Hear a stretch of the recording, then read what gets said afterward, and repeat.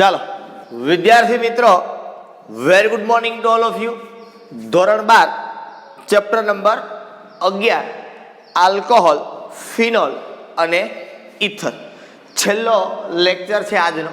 આ ચેપ્ટરની અંદર નાનું એવું કામ બાકી રહ્યું છે, આપણે બરોબર સરળતાથી કામ કરીએ. ચર્ચા કરતા હતા આપણે આલ્કોહોલ, ફિનોલ, ઇથર વાળા ચેપ્ટરની અંદર ઇથર સંયોજનો ઉપર વાત કરી. આગળના લેક્ચરમાં આપણે ઇથરના ભૌતિક ગુણધર્મ અને એના રાસાયણિક ગુણધર્મની ચર્ચા કરી. બે બાબતોની ચર્ચા કરી હતી ભૌતિક ગુણધર્મની અંદર. આપણે કઈ કઈ બાબતોની?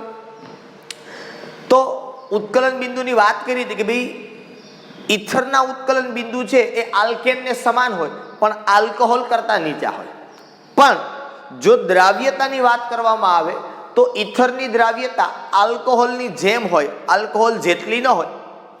કારણ કે કંઈક એક આંકડો આપેલો છે કે 100 ml પાણીમાં સમાન આણવીય દળ ધરાવતું ઇથર છે, મતલબ કે બરોબર સમાન આણવીય દળ હોય એવું ઇથર કંઈક 7.9 ગ્રામ દ્રાવ્ય થાય અને એની સામે એટલા જ આણવીય દળ વાળો આલ્કોહોલ હોય કોઈ, તો એ 9 ગ્રામ જેટલો દ્રાવ્ય થાય. ઇથોક્સી, ઇથેન અને બ્યુટેનોલની જો વાત કરવામાં આવે તો બેના આણવીય દળ લગભગ સમાન થશે મારા ખ્યાલથી, બરોબર. તો એની દ્રાવ્યતા બેની સમાન હોય પણ આલ્કેન પાણીમાં એટલો બધો દ્રાવ્ય ન હોય. એનું કારણ સીધું ને સિમ્પલ, એમાં હાઇડ્રોજન બંધની રચના ન થાય, જ્યારે ઇથર અને આલ્કોહોલની અંદર હાઇડ્રોજન બંધની રચના થાય. ત્યાર પછી રાસાયણિક ગુણધર્મની અંદર ચર્ચા કરી રીતે આપણે કીધું હતું કે ભાઈ ઇથર છે એ ઓછો ક્રિયાશીલ છે.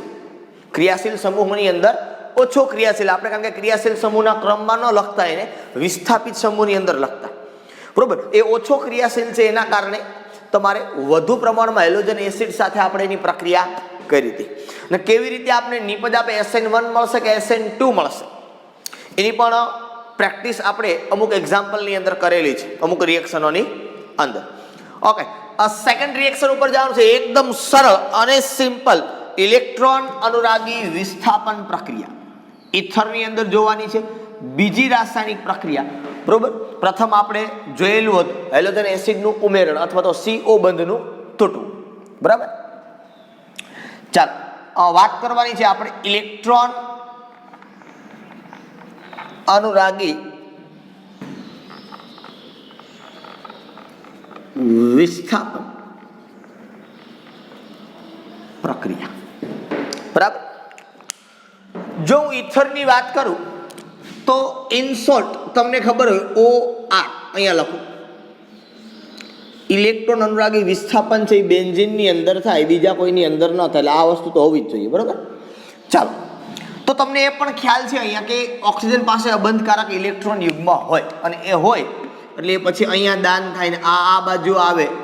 એવી રીતે અહીંયા એવું, એનો મતલબ એમ છે કે ઓર્થો અને પેરા નિર્દેશક થાય. અને આમ પણ આપને ખબર હોય કે R ને બદલે માનો કે હું અહીંયા CH3 લખું તો તમને ખબર છે આને 1 નંબર આપો, આને કેટલો નંબર આપો 2. આપણે જોયું હતું કે હવે તમે અહીંયા કોઈ પણ પ્રક્રિયા કરો, 4-5 પ્રક્રિયાઓ છે આપણી પાસે ઇલેક્ટ્રોન અનુરાગી વિસ્થાપન પ્રક્રિયાઓ. નાઇટ્રેશન, સલ્ફોનેશન, હેલોજિનેશન, આલ્કાઇલેશન અને એસાઇલેશન, બરોબર. તો અહીંથી શું થશે તો કે ભાઈ આપણી પાસે એક સિમ્પલ ક્રાઇટેરિયા છે કે બીજું મોટું તો નિપજ તમને મેટામાં મળે, બીજું મોટું હોય તો નિપજ તમને ક્યાં મળે? મેટાની અંદર મળે.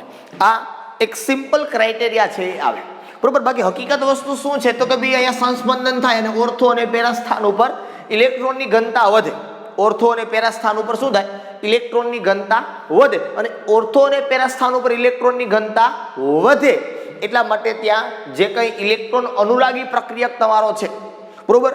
ઇલેક્ટ્રોન અનુરાગી મતલબ ઇલેક્ટ્રોન આકર્ષક સમૂહ છે કોઈ પણ. NO2+, નાઇટ્રેશન કરો તો, સલ્ફોનેશન કરો તો SO3H+, હેલોજિનેશન કરો તો X+, બરોબર.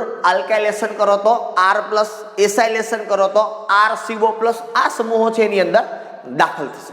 એટલે હું તમને આખું અહીંયા ઓર્થોપેરામાં નિર્દેશન બતાવતો નથી પણ એ પ્રમાણે આપણે લખીએ છીએ, બરોબર. ફિનોલની જેમ અહીંયા પણ આ ઇલેક્ટ્રોન યુગ્મનું અહીંયા દાન થાય છે એટલે ઇથર પણ એ એટલો ક્રિયાશીલ છે કે તમારે ત્યાં અહીંયા અમુક ઉદ્દીપકો છે એની જરૂરિયાત નહીં પડે. NO2 ને પ્લસ બનાવવા માટે આપણે H2SO4 વાપરતા હોય, બરોબર. તો અહીંયા પણ એની જરૂરિયાત તમારે પડશે નહીં.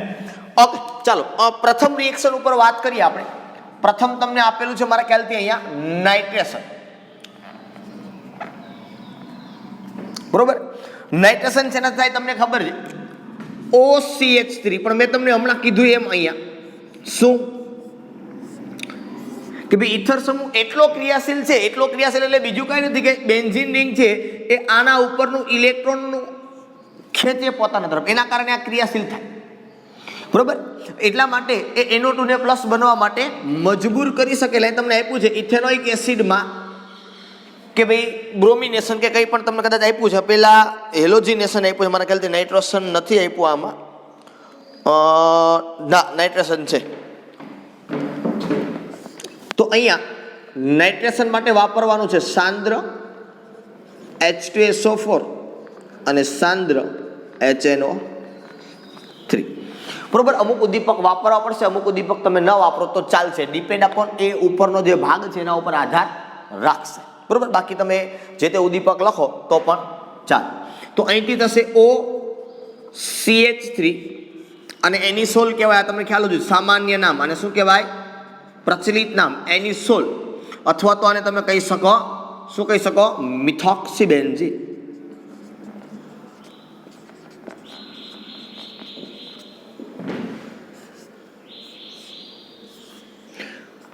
નાઇટ્રેશન તો ક્યાં દાખલ થાય તમને ખ્યાલ છે? ઓર્થો અને પેરા સ્થાનની અંદર દાખલ થાય. આ ઓર્થો અને પેરા. નાઇટ્રો સમૂહ બેન્ઝીનની અંદર આપણે તમારે જોવું હોય તો તમને ખ્યાલ પડે. હવે નાઇટ્રો સમૂહ એ પણ વિસ્થાપિત સમૂહ છે અને OCH3 એ પણ વિસ્થાપિત છે, મિથોક્સી પણ, ઇથર પણ વિસ્થાપિત છે. તો કોણ પહેલા આવે? તો કે ભાઈ પહેલા આ આવે તો 1 નંબર આને આપો ને 2 નંબર આને આપો.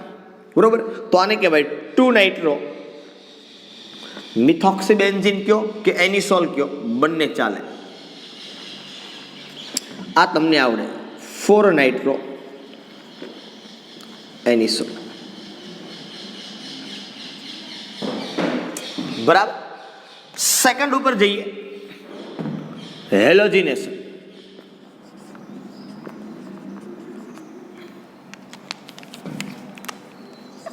OCH3. હેલોજિનેશનમાં આપણે જનરલી માનો તમે ક્લોરિનેશન કરો, બ્રોમિનેશન કરો, કોઈ પણ નેશન કરો, તો એમાં ઉદ્દીપક વાપરવાને બદલે એની ગેરહાજરીમાં થઈ શકે. તમને અહીંયા આપ્યું છે ઇથેનોઇક એસિડમાં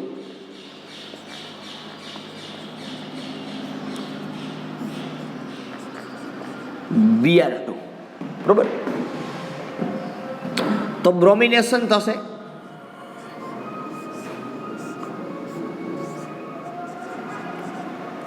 આ એક ઓર્થોમાં આવશે પ્લસ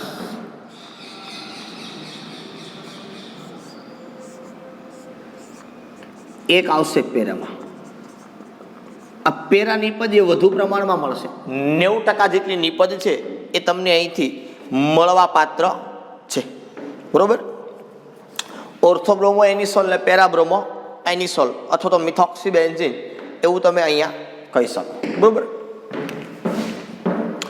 આ પ્રમાણે આના નામ તમારે આપવા હોય તો અપાય. અહીંયા પણ આપણે 2 લખ્યું, એના બદલે તમારે ઓર્થો કહેવું હોય તો પણ ચાલે. બે વિસ્થાપિત જ છે, પણ અહીંયા વિસ્થાપિતમાં ABCD પ્રમાણે નંબર આપવાના હોય એટલે આને પહેલો મળે ને આને બીજો મળે. બરોબર. એટલે અહીં તમારે કેવું પડે કે 1 બ્રોમો, અહીંયા કેવું પડે તમારે 4 બ્રોમો. બરાબર. ચાલો સોરી, બેની અંદર 1 બ્રોમો જ આવશે. પણ IUPAC તમારે આપવું હોય તો આને કેવું પડે 2 મિથોક્સી બ્રોમોબેન્ઝીન. અહીંયા કેવું પડે તમારે 4 મિથોક્સી બ્રોમોબેન્ઝીન. શું કેવું પડે? 2 મિથોક્સી બ્રોમોબેન્ઝીન, અહીંયા 4 મિથોક્સી. કારણ કે મુખ્ય કોણ થાય આ બેમાંથી? તો કે ABCD પ્રમાણે નંબર આપો ને આ 1 આવે, આ 2 આવે. ઓકે ચાલો. પણ જનરલી અહીંયા આપણે મુખ્યત્વે જેની પ્રક્રિયા કરતા હોય, જેની જાનમાં જતા હોય એના ગુણગાન ગવાય. બરાબર. ચાલો. ત્યાર પછીની પ્રક્રિયા થર્ડ આપી છે, નાઇટ્રેશન નથી આપ્યું, એના બદલે આપ્યું છે alkylation. Friedel Craft alkylation.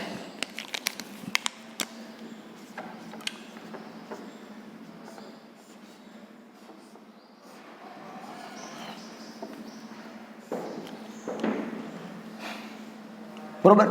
Alkylation તમારે કરવું હોય તો જનરલી તમે શું લ્યો તો કે CH3Cl. બરોબર. નિર્જળ AlCl3 આ ઉદ્દીપક છે જે આપણે જોઈએ છીએ. તો CH3 સમૂહ દાખલ થાય ક્યાં દાખલ થાય તો કે ભાઈ ઓર્થો અને પેરાની અંદર.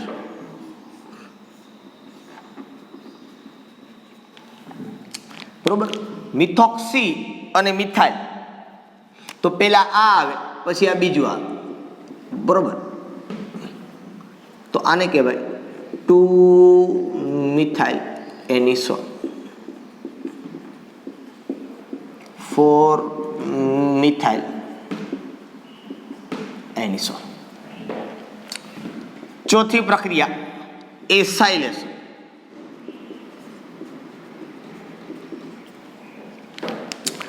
એસાઇલેશન ઉપર કામ કરીએ. અહીંયા OCH3 એસાઇલેશન કરીએ CH3COCH ઉદ્દીપક તરીકે નિર્જળ LCl3. આશા રાખું છું કે હવે તમને ખબર પડી ગઈ કઈ પ્રક્રિયા કેવી રીતે થાય. આપણે અવારનવાર આવી રિએક્શનો ભણીએ છીએ. બરોબર. પ્રથમ વખત આ રિએક્શન નથી આપણી પાસે. તો OCH3 અહીંયા દાખલ થશે COCH3 સમૂહ. અહીંયા OCH3 અહીંયા દાખલ થશે COCH3. COCH3 સમૂહ એક વધુ ક્રિયાશીલ થાય એટલે આ 1 મળે, અહીંયા 2 મળે, અહીંયા 1 2 3 અને 4. તો અહીંયા લખાય 2-મિથોક્સી. આને શું કહેવાય તો કે એસિટોફિનોન. આપણે ભણી ગયા એસિટોફિનોન. આને પણ કહેવાય 2 નહીં પણ આને કહેવાય 4-મિથોક્સી એસિટોફિનોન. 2-મિથોક્સી એસિટોફિનોન આને કહેવાય 4-મિથોક્સી એસિટોફિનોન. આ રીતે જનરલી આપણે આના નામ છે એ આપી શકીએ. બરોબર. આ એસાઇલેશન 4 પ્રક્રિયાઓ મારા ખ્યાલથી આપણને આપેલી છે ટેક્સ્ટ બુકની અંદર. બરોબર. સલ્ફોનેશનની રિએક્શન છે એ આપણને આપેલી નથી. આ દરેકની અંદર પેરા પોઝિશન ઉપરની જે નિપજ છે એ મુખ્ય નિપજ મળશે. બરોબર. અહીંયા તો અવકાશી અવરોધ લાગે ઓર્થોમાં, કારણ કે આ મોટો સમૂહ છે, આ મુખ્ય સમૂહ થાય, આ વિસ્થાપિત સમૂહ થાય, એટલે બાજુમાં આવે એટલે સીધો અવકાશી અવરોધ એને લાગે. અવકાશી અવરોધ મતલબ અવકાશની અંદર જે ગોઠવણી થાય એની અંદર પ્રશ્ન થાય. બરોબર. એટલે એને કહેવાય અવકાશીય અવરોધ. બરાબર. ચાલો ઓકે. તો આ ઇલેક્ટ્રોન અનુરાગી વિસ્થાપન પ્રક્રિયાઓ થઈ શેની? ઇથરની અંદર. આપણે મિથોક્સી બેન્ઝીનની અંદર લખી આવી, તમે ઇથોક્સી બેન્ઝીનની અંદર પણ લખી શકો, કોઈ પણની અંદર લખી શકો. ઓકે. કાલે વાત કરતો તો લખાણ સંબંધિત 11.12 લગભગ તમને આવડે ન આવડે બધી હું કરાવું છું. લખાણ સંબંધિત 11.12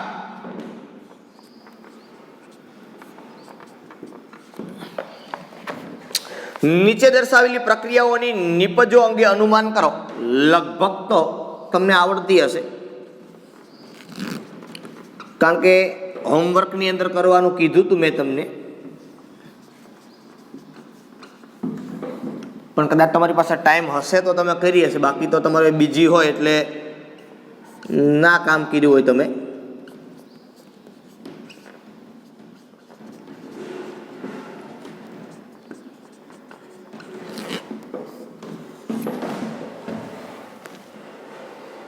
ત્રીજી પ્રક્રિયા કરાવતો નથી, નાઇટ્રેશન આપ્યું છે. બરોબર. આ જ પ્રમાણે થશે. OCH3 ને બદલે OC2H5 નું છે, એટલે આ જ પ્રમાણે થશે. અહીં ખાલી CH3 ને બદલે C2H5 લખી નાખવાનું છે. બરોબર. ચાલો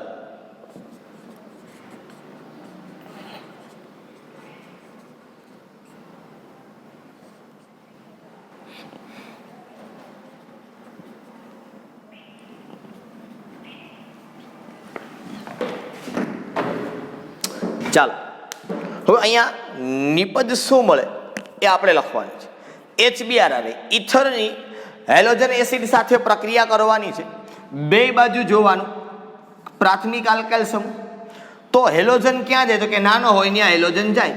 તો અહીંથી તમને આવી નિપજ મળશે CH3Br પ્લસ બાકીનો ભાગ CH3 CH2 CH2OH. એ જ પ્રમાણે અહીંયા એક બાજુ બેન્ઝીન છે, એક બાજુ C2H5. તો હેલોજન ક્યાં જાય? તો કે જે નાનો હોય ત્યાં જાય. તો C2H5Br પ્લસ OH. એ જ પ્રમાણે અહીંયા પણ અહીંયા એક બાજુ C2H5 છે, એક બાજુ તૃતીયક સમૂહ છે. તો આયોડિન ક્યાં જાય? તો કે તૃતીયક પાસે જાય, કારણ કે અહીંયા SN1 થશે. શું થશે? અહીંયા SN1. કાલે આ બાબતની ચર્ચા આપણે અવારનવાર કરેલી છે કે જો કોઈ એક બાજુ તૃતીયક સમૂહ હોય તો આયોડિન SN1 અનુસરી અને આપણને એ પ્રકારની નિપજ છે એ આપશે, કે એવું કંઈક આપણને નિપજ સ્વરૂપે મળે. ઓકે, ત્યાર પછી સ્વાધ્યાયની અંદર જઈએ આપણે 11.13.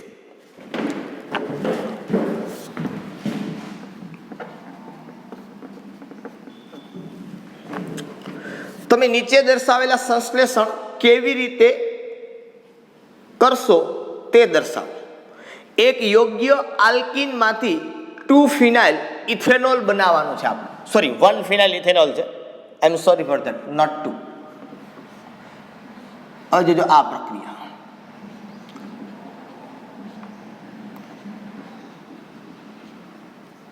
સોરી ઇથેનોલ કીધું કે 1 ફિનાઇલ ઇથેનોલ, તો આવું થશે અને CH3. બરોબર, આ ઇથેનોલ થયો તમારો. જનરલી ઇથેનોલ એટલે શું લખીએ આપણે? તો આમ લખી દા CH3 CH2 અને OH. પણ આ 1 ઉપર ફિનાઇલ કીધું એટલે અહીંયા દર્શાવી દીધું ફિનાઇલ. જો વસ્તુ આ જ થઈ. હવે યોગ્ય આલ્કીનમાંથી આ કેમ બનાવશું? રિએક્શન ખરેખર ઊંધી પૂછી છે આપણને. તો બહુ સિમ્પલ અને સોબત બાબત છે. કેવી રીતે કરશું? તો આ કાર્બન તમારો આલ્ફા અને આ કાર્બન બીટા. બરોબર, હવે આ કાર્બન પાસે 3 એ 3 બંધ બની ગયા છે અને ચોથો એક છે એટલે હાઇડ્રોજન. ત્યાં હાઇડ્રોજન, હવે આ કાર્બન ખરેખર થાય બીટા, પણ આ બીટા પાસે કાંઈ છે નહીં, હાઇડ્રોજન નથી. તો અહીંથી OH અને અહીંથી H. આલ્કીન તમારે બનાવવાનું છે આલ્કોહોલમાંથી. તો આપણને બહુ સરસ રીતે આવડે. અહીંયા CH2 ડબલ બંધ CH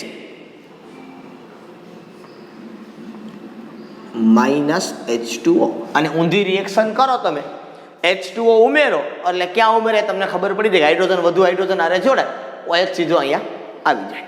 બરોબર, માર્કો-નિકોના નિયમ પ્રમાણે નિપજ આપણને મળે. પછી બીજું આપ્યું છે આપણને SN2 પ્રક્રિયા દ્વારા આલ્કાઇલ હેલાઇડના ઉપયોગથી સાયક્લોહેક્સાઇલ મિથેનોલ. શું બનાવવાનું કીધું? સાયક્લોહેક્સાઇલ મિથેનોલ. આવું જ છે પણ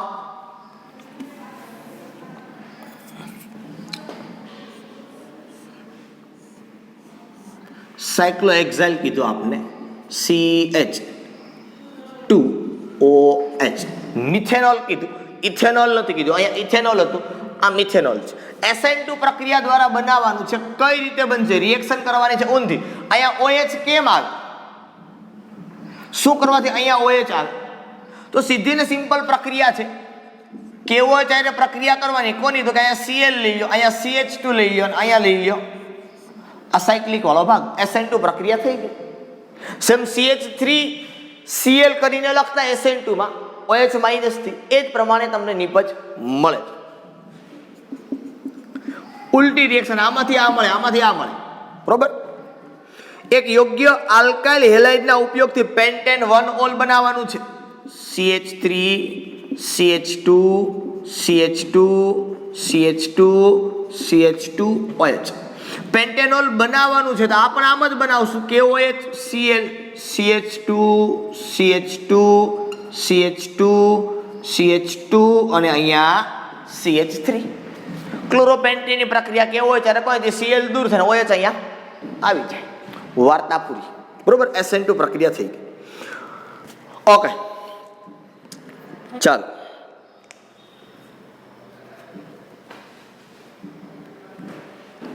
બાકી મોટા ભાગની પ્રક્રિયાઓ છે એ તમને કદાચ આવડે એમ છે, છતાં અમુક પ્રક્રિયાઓ છે એ જોઈએ આપણે. આને કાઢી નાખું છું.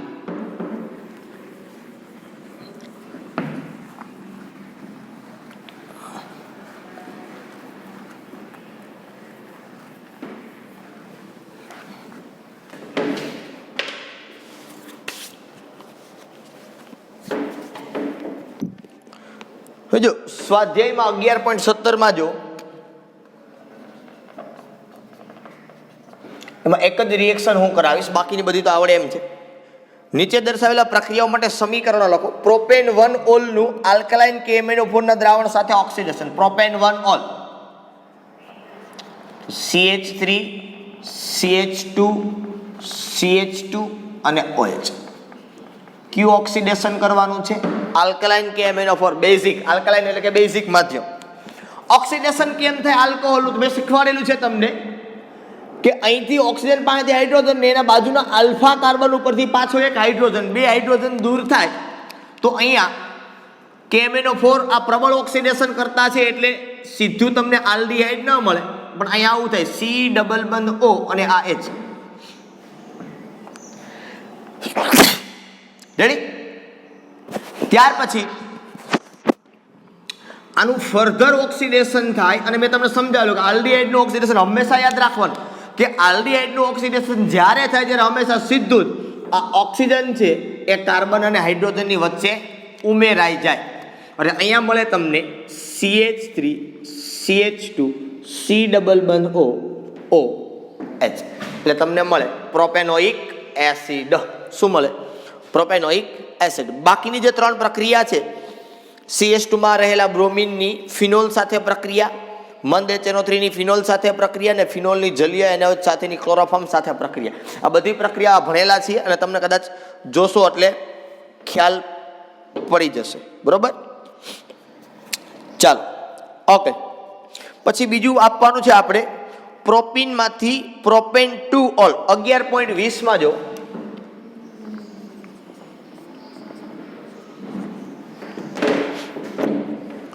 પ્રોપીનમાંથી પ્રોપેન 2 ઓલ. આ પ્રોપીન CH3CH ડબલ બંધ CH2 કંઈ કરવાનું નથી, પાણીનો અણુ ઉમેરી દો ઇન પ્રેઝન્સ ઓફ H+. માર્કોનિકોના નિયમ પ્રમાણે ક્રિયાવિધિ થાય છે, આપણે ભણી ગયા છીએ. બરોબર? આલ્કોહોલની બનાવટમાં પહેલી જ બનાવટ તો હાઇડ્રોજન વધુ હાઇડ્રોજન આરે જોડાઈને નિપત તમને આ પ્રમાણે મળશે CH3CH OH અને અહીંયા આવશે CH3. બરાબર? સેકન્ડ આપ્યું છે બેન્ઝાઇલ ક્લોરાઇડ માંથી benzyl alcohol. Benzyl chloride second પ્રક્રિયા. બેન્ઝાઇલ ક્લોરાઇડ એટલે CH2Cl. આ બેન્ઝાઇલ આની પ્રક્રિયા તમારે સીધી કરી દેવાની. કેવો વિચારે? કારણ કે આ તો sp3 કાર્બન છે, SN2 પ્રક્રિયા થાય CH2 અહીંયા OH. બરોબર? અમુક વિદ્યાર્થીને અઘરું પડતું હશે પણ આ તો જ આવડે જો આપને આગળનું hello alkane hello arene chapter ખ્યાલ હોય તો. બરોબર? આ કંઈ મોટી રિએક્શનો બીજી કોઈ કરતો નથી. આ SN2 પ્રક્રિયા જ થઈ ગઈ સીધી. બરોબર? OH માઇનસ કેન્દ્ર અનુરાગી આવે ને Cl અહીંથી દૂર થાય, લાગી જાય. ત્રીજું ઇથાઇલ મેગ્નેશિયમ ક્લોરાઇડ માંથી propane 1 all. Ethyl magnesium chloride CH3 CH2Cl. હવે તમારે બનાવવાનો શું છે આમાંથી? Propane 1 all. એક કાર્બન વધુ બનાવવો છે તો એક કાર્બન વધુ બનાવવો હોય તો તમારે પ્રક્રિયા કરવી પડે ફોર્માલ્ડીહાઇડ સાથે. અહીંથી ગ્રિગ્નાર્ડ પ્રક્રિયા કરો એટલે તમને આવડે. આ કઈ મોટી બાબત નથી. જો તમને ખ્યાલ છે એક રિએક્શન હું કરાવી દઉં. આ બંધ તૂટે, અહીંયા પોઝિટિવ, અહીંયા નેગેટિવ. અહીંથી બંધ તૂટે, અહીંયા નેગેટિવ, અહીંયા પોઝિટિવ. કોણ ક્યાં જોડાય તમને ખબર હોય? હવે સોરી હો, મેગ્નેશિયમ ક્લોરાઇડ કીધું છે, ખાલી ક્લોરાઇડ નહીં. Ethyl magnesium chloride. બરોબર? તો અહીંયા થઈ જાય પોઝિટિવ ને અહીંયા થઈ જાય નેગેટિવ. તો શું થાય અહીંયા? તો કે CH3 CH2 આ કોણ યારે જોડે CH2 તો કે આ કાર્બન આવે આ કાર્બન સાથે. અહીંયા ઉપરનો હાઇડ્રોજન, આ બાજુનો હાઇડ્રોજન, નીચે ઓક્સિજન બંધ તૂટી ગયો. અહીંયા જોડાઈ જાય Mg અને Cl. અહીંયા થાય જળ વિભાજન H2O ક્યાંથી બંધ તૂટે એ આપને ખબર છે, અહીંથી તૂટે તો અહીંથી મળશે તમને CH3 CH2 CH2 આ O અને H તમને મળી ગયું પ્રોપેન 1 OL બરોબર।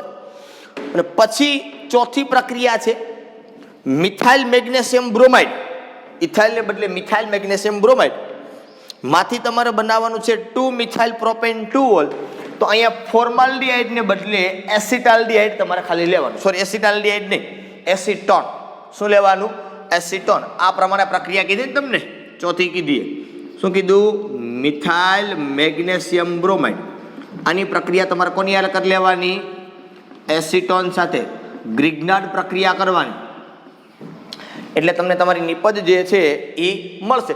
જોવાનું શું છે સાહેબ કેટલા કાર્બનમાં આવે છે વધારાના, ટોટલ કેટલા કાર્બન વધે છે બરોબર। એમાં તમે જો તો 2 મિથાઇલ પ્રોપેન 2 ઓલ કીધું, 4 કાર્બન થાય બરોબર, 2 મિથાઇલ પ્રોપેન 2 ઓલ એટલે પ્રોપેનના 3 અને એક 2 મિથાઇલ ટોટલ 4 કાર્બન થાય।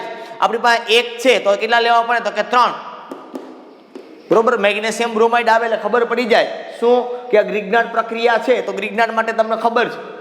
અને આમ પણ તમને ખબર હોવી જોઈએ કે તમને કીધું કે પ્રોપેન 1 ઓલ એટલે 1 ડિગ્રી આલ્કોહોલ, 1 ડિગ્રી આલ્કોહોલ બનાવવો હોય તો ફોર્માલ્ડિહાઇડ જોઈએ, 2 ડિગ્રી આલ્કોહોલ બનાવવો હોય તો કોઈ પણ બીજો આલ્ડિહાઇડ જોઈએ બરોબર, અને 3 ડિગ્રી બનાવવો હોય તો તમારે કોણ જોઈએ કીટોન જોઈએ। આ બાબતની નોંધ આપણી પાસે હોવી જોઈએ, જે આપણે આલ્કોહોલની બનાવટમાં ભણ્યા હતા, પ્રાથમિક દ્વિતીયક અને તૃતીયક આલ્કોહોલની બનાવટની અંદર એ જનરલી આપણે ચર્ચા કરેલી હતી।